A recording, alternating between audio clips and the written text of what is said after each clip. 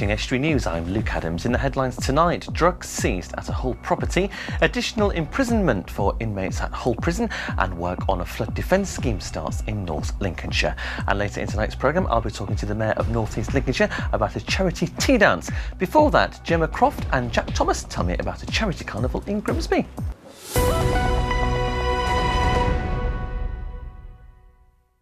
But first tonight, officers from Humberside Police have seized more than 1,000 cannabis plants and bulbs from a property in Hull. It followed a report of suspicious activity at a house on Anlaby Road where the drugs were found. 2 men have been charged with the production of a Class B drug. 28-year-old Pluton Canberry and 31-year-old Ervis Bashlari appeared at Hull Magistrates Court today.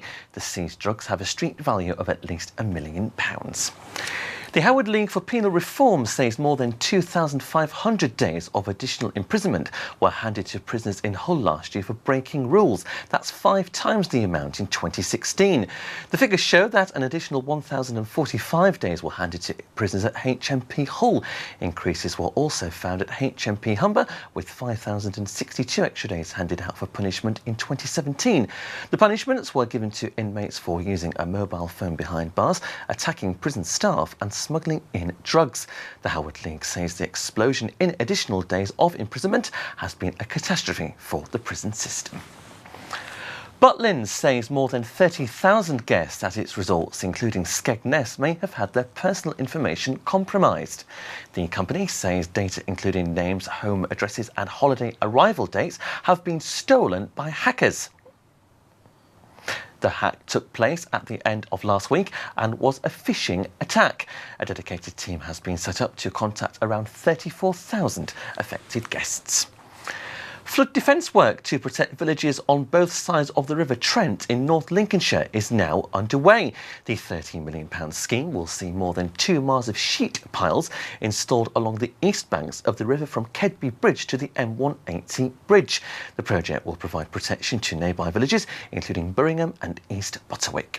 I think it's really important because I think, of those properties that had incidents of flooding in 2007 and in 2013, it's important that, they know that something is being done, that all these years' worth of assessments to make sure that we're getting the flood defences to absolutely the right level mean that now this work is starting, it can start to reassure local homeowners that defences are going to be at the level that will hopefully sustain their homes for many years to come. This work is going to take a year, so it's a very significant project. There will be some inconvenience for residents during that period.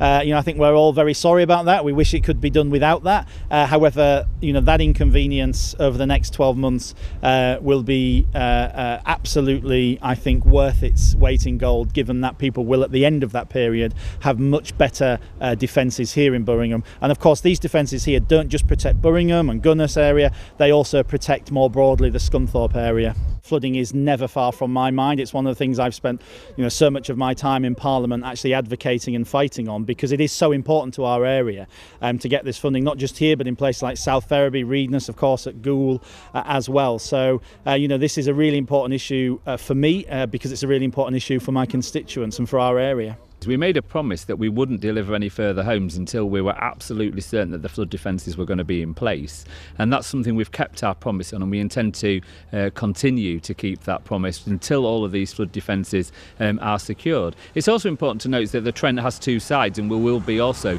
putting improved flood defences, working with the Environment Agency on both sides of the river, and so obviously it's important that we recognise that factor too, but also realise that local house building is a priority for us, but not at the expense of existing homes. This is vital work to make sure that Birmingham, the Scunthorpe area more broadly, is protected. These banks have settled over time, so this 30 million plus investment is absolutely needed to make sure these banks are at the standard they should be to protect people.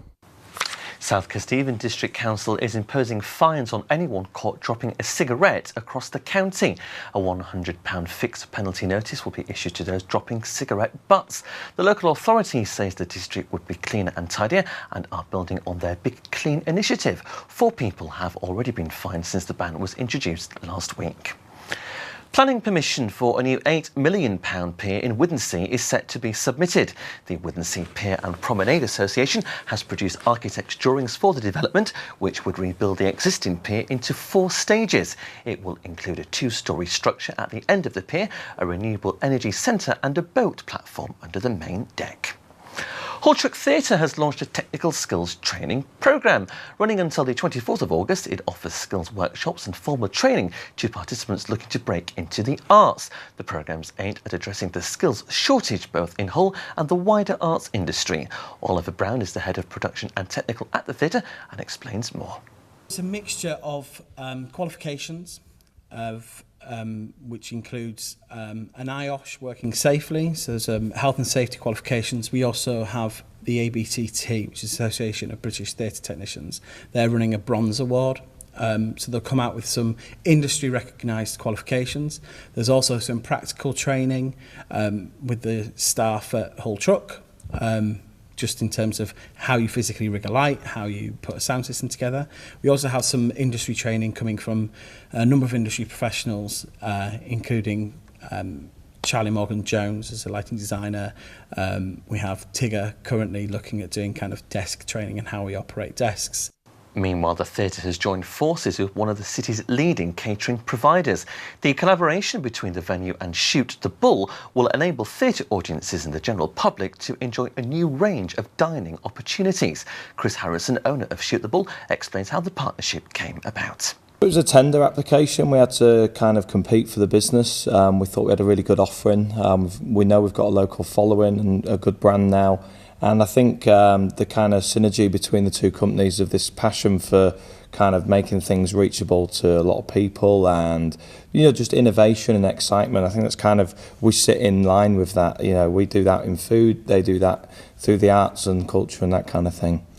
More than £900,000 will be spent on improving Scunthorpe's A&E department.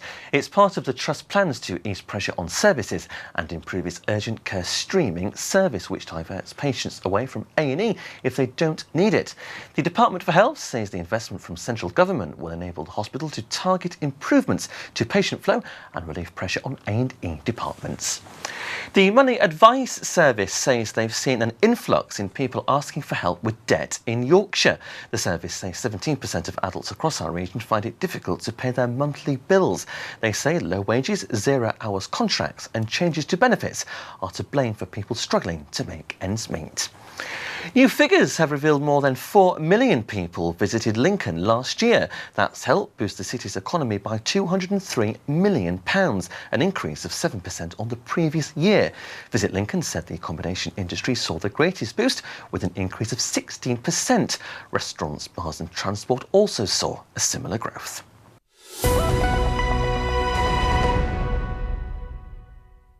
A charity carnival takes place in Grimsby this week in aid of Alzheimer's Society. Organisers Gemma Croft and Jack Thomas join me now to tell me what people can expect from the event. Welcome to the programme. Thank you very much indeed for coming in. Thank you very much for having us. You're welcome. When is the event taking place, first of all? The entirety of Charity Week, it commenced on Saturday the 11th. Okay. So the Saturday just gone, and it's going to be running up until Friday the 17th. Okay. So the big event is happening on Friday, which we'll talk about in a couple of minutes. But what events have you actually got going on throughout the course of the week? Starting from Saturday the 11th, we were selling hot dogs and popcorn at the front of the store. We had some of Gemma's my son took part, bless it, 11-year-old, and he came and he spent the day and he was giving out raffle tickets and shouting, you know, roll up, get your popcorn, hot dogs, that kind of thing. And we made quite a bit of money that way. He's going to be doing it again tomorrow. He's going to be selling hot dogs and popcorn again in store on Freeman Street. And we're also selling raffle tickets all the way through the week. We've got 3 fantastic prizes. And all raised funds for Alzheimer's. It's all going towards all of it's going towards the Alzheimer's. What's happening on Friday, Jack? On Friday, we're having big carnival day, as we've decided to call it. We've had huge support from local businesses and things to. We've got pony and unicorn rides in the back car park. So if anybody wants to ride a unicorn once in their life, now is the time. I've been peddling that one. We've got a face painter coming in, and so she's going to be painting faces, and we've got. Well, a Sponge the manager as well. We've got a Soap the manager as well. Yeah, he's going to be in a cage, and sponges are going to be 3 sponges for £1 feel free to do your worst, Yeah, all we've for a got- good cause. Got lots of games as well, and lots of things going on So throughout the something to day. suit everybody and a real family event, but like I Absolutely. say, importantly, raising funds for Alzheimer's Yeah. Society. Where is it actually taking place? At the store. Yeah, Okay, at the store and that's on the store Freeman on Street. Freeman Street It in is, Grimsby. yeah. Okay.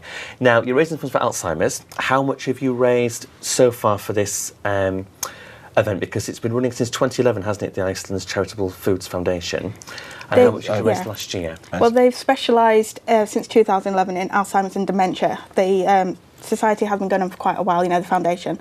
But since 2011, we've raised over 20 million for Alzheimer's and dementia charities, which is where we're focusing at the minute. Our store personally, last year, did over £300 towards that, and we're hoping to do even more this year with such community support for the events. So get down there on Friday and have Absolutely, lots of yes. face painting Yeah. unicorn rides and throwing sponges at the Definitely. manager. Absolutely. Sounds great fun. Why does the company support Alzheimer's? Why is it important to them? I think it's important to everyone, isn't it? I mean, it's a debilitating disease. It affects a lot of people, and it's something that's a worthwhile cause, and research invested into it is couldn't think of a better place for money to go, to be honest. Almost 600 people in the UK, according to the figures, develop the condition, and it's more common with women than men. Yeah. So a very worthy cause. I hope it all goes well on Friday, and I hope this week goes well as well with what's happening in Yes. Grimsby. Thank you both very much Brilliant. for joining us on the Thank sofa this you. evening.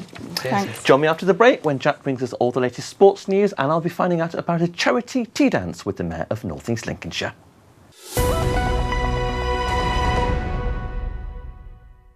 Welcome back, you're watching Estuary News. Still to come tonight, all the latest sports news with Jack, and I'll be finding out about a charity tea dance with the Mayor of North East Lincolnshire.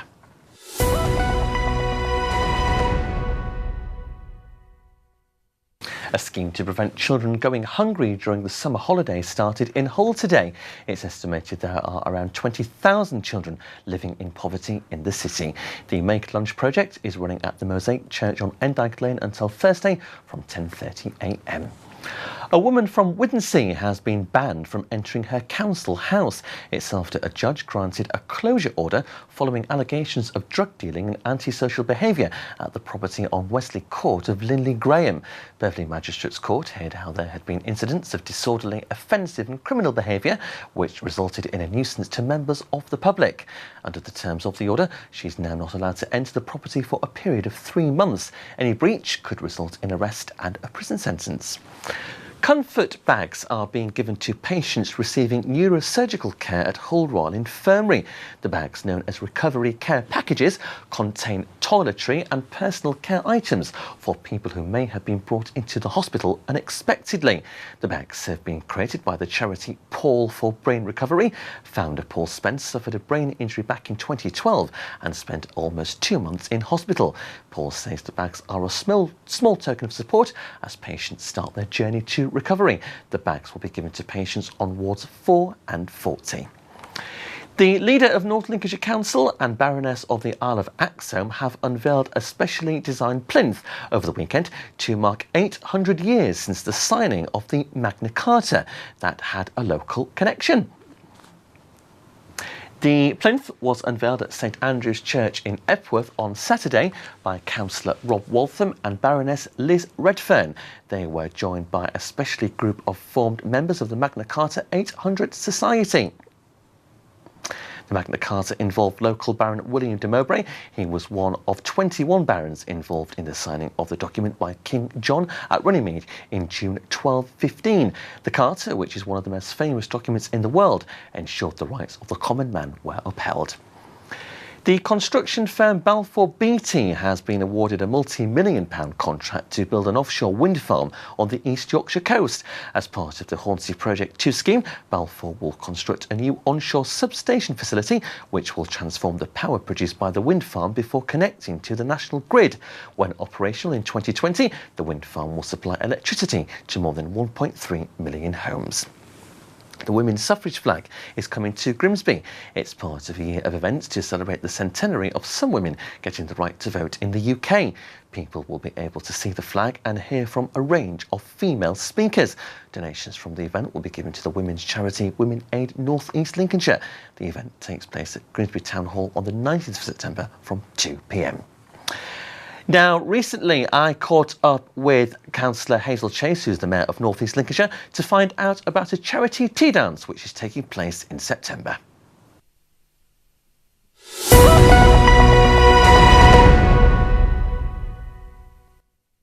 Madam Mayor, good evening. Welcome to the programme. Thank you very much indeed for coming in. Thank you for inviting me. You're welcome. The charity tea dance sounds great fun. Why have you decided to stage this event, first of all? Well, it goes back a long way, actually, because when we regenerated the pavilion on Sussex Rec, the Sussex Pavilion, which is on Brayton Avenue in Cleethorpes, it had been lying idle for some time, and as a ward councillor, we took on the project, myself and a team, to regenerate it and open it up to the public. And the number of people that commented during that time, oh, we used to do dancing here. And it has been so popular with requests for, can we come back and dance?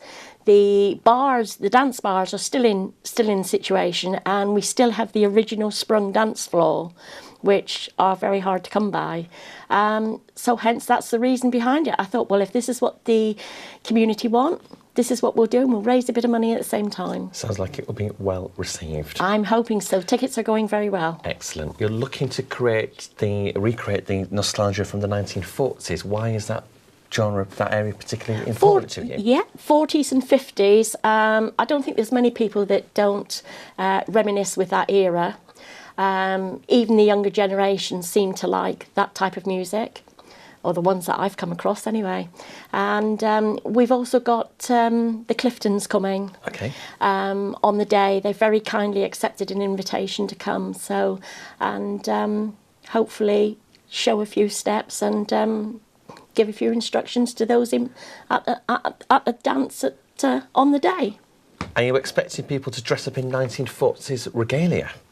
That is entirely personal choice. Okay. Are you going to dress up? No stipulation there. Okay. I shall be in my chain. Excellent, excellent. Now, importantly, Madam Mayor, when and where is this event taking place? It's taking place on the 1st of September between 2 and 4. It is at the Sussex Pavilion on Brayton Avenue in Cleethorpes. Tickets can be obtained from the Town Hall by either email or phone number. I do have the phone number. Yes, I have it here as well, Madam Mayor. You have it? 01472 324 133. That is and correct. I believe people can also contact via email civic.office@anylinks.gov.uk. Absolutely. How are ticket sales going so far? Very well. Okay. So don't leave it too late. Be disappointed. Are you expecting quite a big turnout? I hope so. Okay. Yes, yes. You mentioned there that the Cliftons are going to be in attendance. What other events can people expect from this tea dance? We have a lady singer coming. Excuse me, I just have to recheck. Marlena Rube and the Evacuees. Okay. They are coming as well. And we've also got 3 children from the Swaby dance class coming to entertain as well. So, and like I say, it will be an old-fashioned tea dance with tea and cake and sandwiches. Lots of music and hopefully a little bit from the Andrews sisters, Boogie Woogie Boogle Boy. You never know. Absolutely. Absolutely. 40 stars. Yes, 40 stars. yes. Now, it's your term in office as Madam Mayor. How is your year going so far? Absolutely wonderful.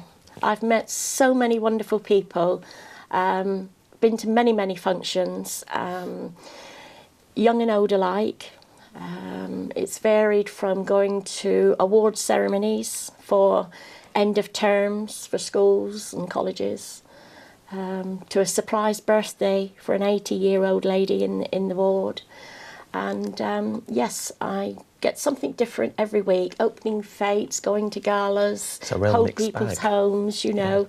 Yeah. It's meeting everybody from little to large. How proud do you feel to be representing the borough?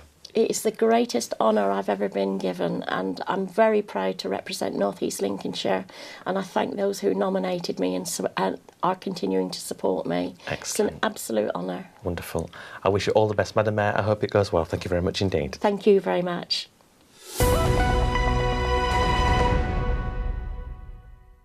And now here's Jack with all the sport.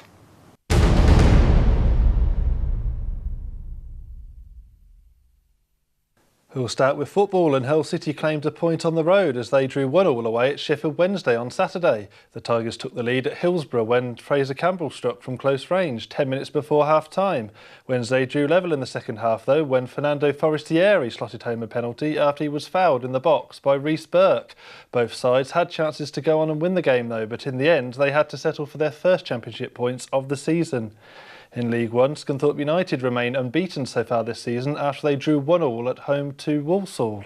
After a goalless first half, the Iron went ahead through a fine strike from Lee Novak from outside the box. Zeli Ismail equalised from the spot for the visitors shortly after the hour mark, and it was Walsall who looked the most likely winners as they peppered the Iron goal towards the end. However, Scunthorpe's defence held firm to ensure they took a share of the points at Glanford Park. Moving on to League Two now, and it was a great weekend for Grimsby Town. The Mariners bounced back from last weekend's defeat in style as they won 2-0 away at Macclesfield Town. A stunning 30-yard effort from Jordan Cook on the half-hour mark set Michael Jolly's men on their way. Town suffered a slight setback when Mitch Rose was sent off on 63 minutes, but it didn't deter them as Charles Vernham slotted home a second goal at the end of the game.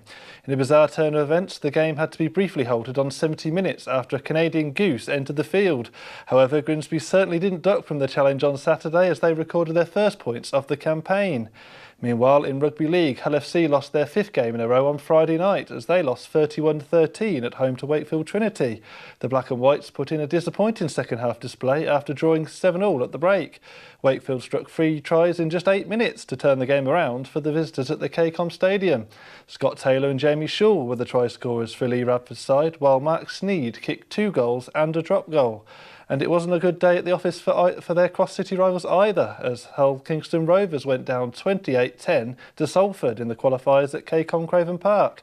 Both sides ran in a try each in the first half before the Red Devils pulled clear in the second.